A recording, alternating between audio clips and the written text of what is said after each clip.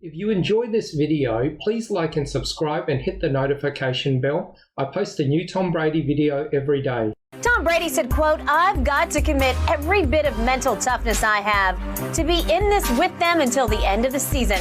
Tom Brady only has to meet one of them if he comes out of the NFC. He ain't got to play them in the postseason. So if I'm Tom Brady, I'm looking at my chances and I say, they're pretty damn good. I could come back and win an 8th Super Bowl. I'm excited for it. It'll be my greatest challenge yet.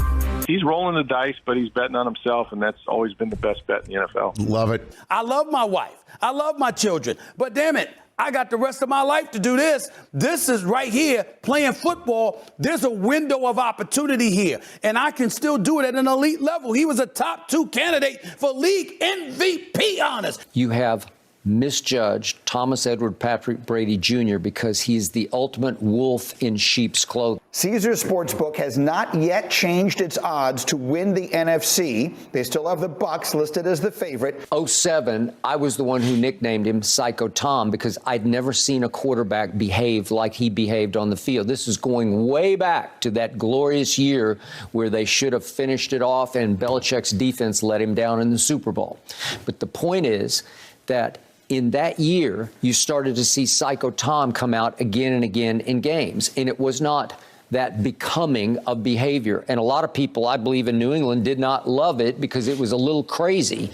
And I know nobody cares about who Anthony Nelson is, an outside linebacker for the Bucs, but when he goes off about this, he says he's just crazy. He's insane and in really a highly competitive way, but he's nuts. As we look at this now, with Brady back and the pieces they have here, how do you see Tampa shaping up right now in the pecking order of the NFC? Well, even if Tampa stays the same, the NFC got weaker, right? So I look at the NFC South. I mean, it's a junkyard. Like, who knows what's going on there? Brady's got this beautiful house. Everything around him's kind of ugly and disheveled. And then the NFC East, I'll give the Eagles a fighting chance. But I'm off Dallas. I don't believe in Dallas. You know, like I'm over that. NFC North, the Packers are a really good team. Probably not as good as they were last year. And the team that won and done them was the San Francisco 49ers. And they might have to keep Jimmy G, which I don't think is the worst thing in the world. I mean, I think Trey Lance not being trotted out there when he was kind of banged up last year tells you a little bit. I think the Rams are going to have a hard time repeating or getting there. That's really hard in football. So I look at the 2 teams in the NFC that I like best to be standing there at the last Sunday of the playoffs before the Super Bowl. It's the Bucs and the Niners at this juncture. Wouldn't that be something, by the way, if it is Jimmy G against Brady, his former backup, and all the rest of that? It was almost that Brady delivered you a manifesto of what drives him at age 45. All that matters is in his mind, it's his greatest challenge ever because he's going to do something that no one's ever done. He's going to play at a very high level at 45. Skip. No one's even thought about doing it. He played at a high level at 41. He played at a high level at 42. He played at a high level at 43. He played at a high level at 44. They've got a tough road. I mean, Brady's taking a chance here a little bit. I mean, he could still play. We know he can win the NFC South, I think. We'll see. You know, they might be playing Deshaun Watson in New Orleans or Carolina. But that schedule, take a look at it. I mean, they play everybody that was in the playoffs last year. I mean, they've got Cincinnati, they got Kansas City, they've got Arizona and San Francisco and the Rams and Pittsburgh and Baltimore. I mean, it is a daunting schedule that these guys play, and they also got a game in Germany, which will be quite an event. I like the Bucs. I mean, they're going to be up there, but I am going to go with the Los Angeles Rams. I just think that they're the ones that, minus Von Miller, the addition of the Robinson at receiver. I like Stafford and like his second year now, just settling in, all the pressure's off. Now I can just go play football, that type of thing.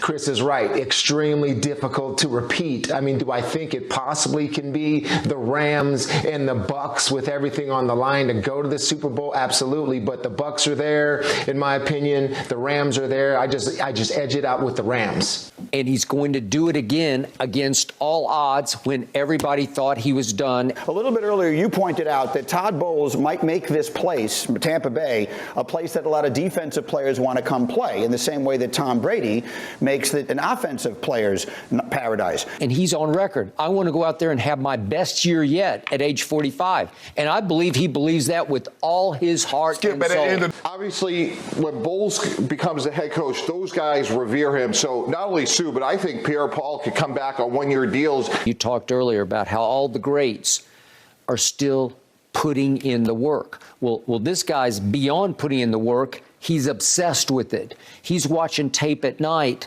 in ways that probably the young quarterbacks don't watch at night because he's out of his mind, obsessively, compulsively driven to go win another Super Bowl at age 45. Well, it's some quality that he was born with that you can't teach, you can't coach, and you really can't find.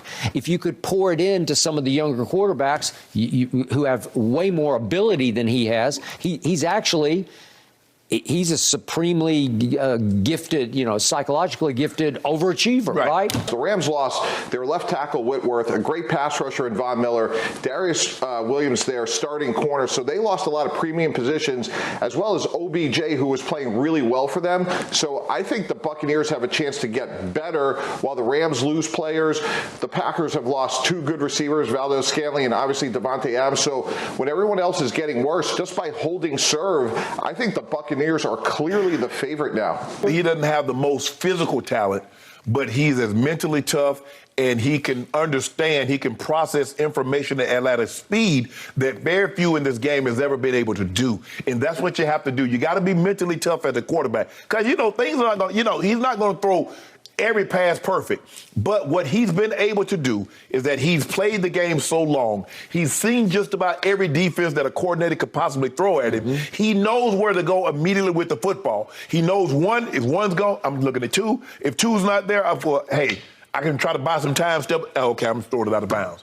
So he's really never going to put himself in harm's way. He's done a great job of that, and I commend him. Aaron Rodgers doesn't seem to be the most patient man for me either, to wait for a lot of young receivers to get used to come on in and you're the guy. Don't worry, I'll nurture you and do all that. You got to be ready to go. Aaron Rodgers is going to expect chemistry to happen quickly. So how does he deal with that type of frustration if they rely on unproven receivers? The Devontae Adams-Rodgers connection was just special. There's certain ones, Rodgers to Adams, Patrick Mahomes to Tyreek Hill, these type of things. When they get broken up, fellas, there is impact. There's a ripple effect. So absolutely, Brady and the Bucs, the Rams and Stafford, those type of teams benefit from those type of moves. If you've been in this league and you've covered teams like the Bucs and others that lost for so many years, they went 12 years without the playoffs until Tom came.